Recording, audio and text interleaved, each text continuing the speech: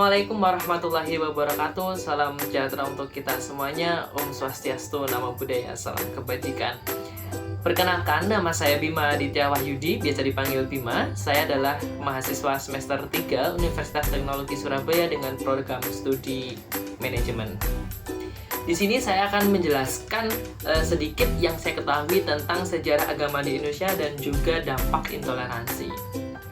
Baik, yang perlu saya sampaikan tentang agama. Agama itu menurut bahasa Latin itu artinya tidak, agama itu terpecah. Jadi agama itu adalah sebuah sistem yang mengatur tentang keperibadatan manusia supaya tidak terpecah, jadi tertata dengan rapi gitu. Itu menurut istilah ya.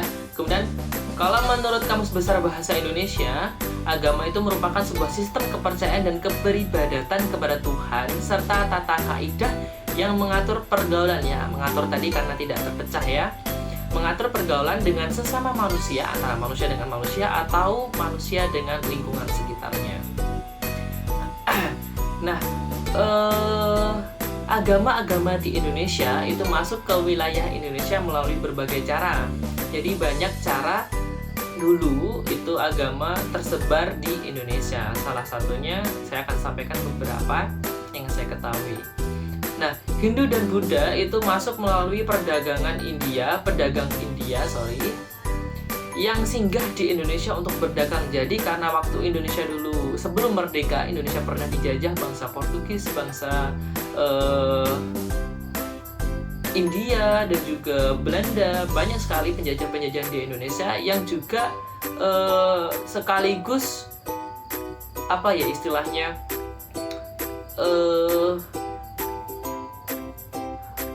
mengakulturasikan kebudayaannya. Jadi kebudayaan di luar masuk ke Indonesia gitu. Kemudian Islam itu dibawa oleh rombongan Wali Songo ya. Wali Songo dengan akulturasi juga budayanya seperti pertunjukan wayang kulit, wayang golek, dan segala macam.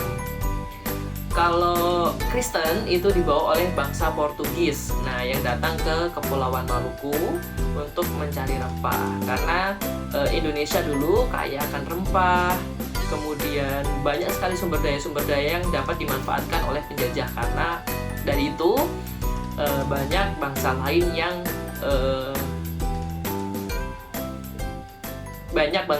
yang menjajah Indonesia dan salah satunya adalah Portugis. Nah, kemudian Konghucu itu dibawa dari pedagang Cina. Kemudian agama-agama tersebut menyebar ke masyarakat dan dianutlah sama masyarakat tersebut, masyarakat di sekitar. Nah, sehingga Indonesia memiliki keberagaman agama. Ada Hindia, ada Hindu, Buddha, Islam, terus kemudian Kristen dan Konghucu, kurang lebih 5 ya agama yang sekarang diakui di Indonesia. Nah, para pendiri bangsa Indonesia itu mengakui bahwa keberagaman agama ini itu menjadi identitas bagi bangsa Indonesia. Nah, hal ini itu tertuang pada Pancasila, sila ke-1 yang berbunyi ketuhanan yang Maha Esa. Jadi setiap manusia, setiap warga negara pasti akan mempunyai iman kepada Tuhan, entah itu sesuai agamanya masing-masing, entah itu dari Islam, Hindu, Kristen, Buddha, Konghucu dan segala macam. Semuanya pasti punya tata keimanan sendiri terhadap Tuhannya masing-masing.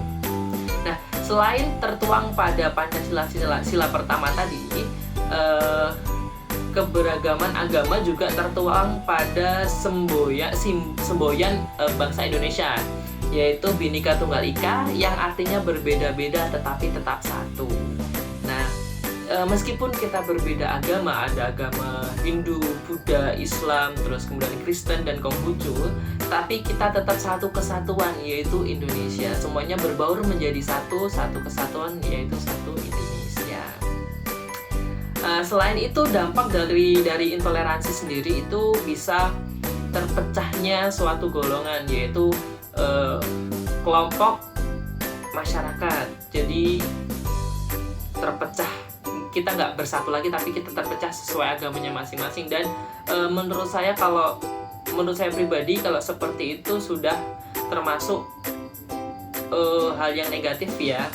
Jadi kalau bisa kita harus saling menghormati satu sama lain, kemudian saling istilahnya mendorong kegiatan dari setiap agamanya masing-masing dan mensupport. Terutama dulu kan juga pernah agama Islam merayakan sholat Idul Fitri, kemudian dibantu diamanin, ada pengamanan dari agama Kristen dan lain sebagainya gitu. Itu adalah salah satu contoh toleransi antar umat beragama di Indonesia. Dan kalaupun misalnya nanti kita intoleransi, jadi dampak buruknya adalah terpecahnya suatu kaum dan golongan. Jadi jangan sampai kita terpecah oleh hal-hal yang sepatutnya tidak kita percayai. Jadi ya, dari saya cukup sekian. Apabila ada kurang lebihnya saya mohon maaf. Saya akhiri. Wassalamualaikum warahmatullahi wabarakatuh.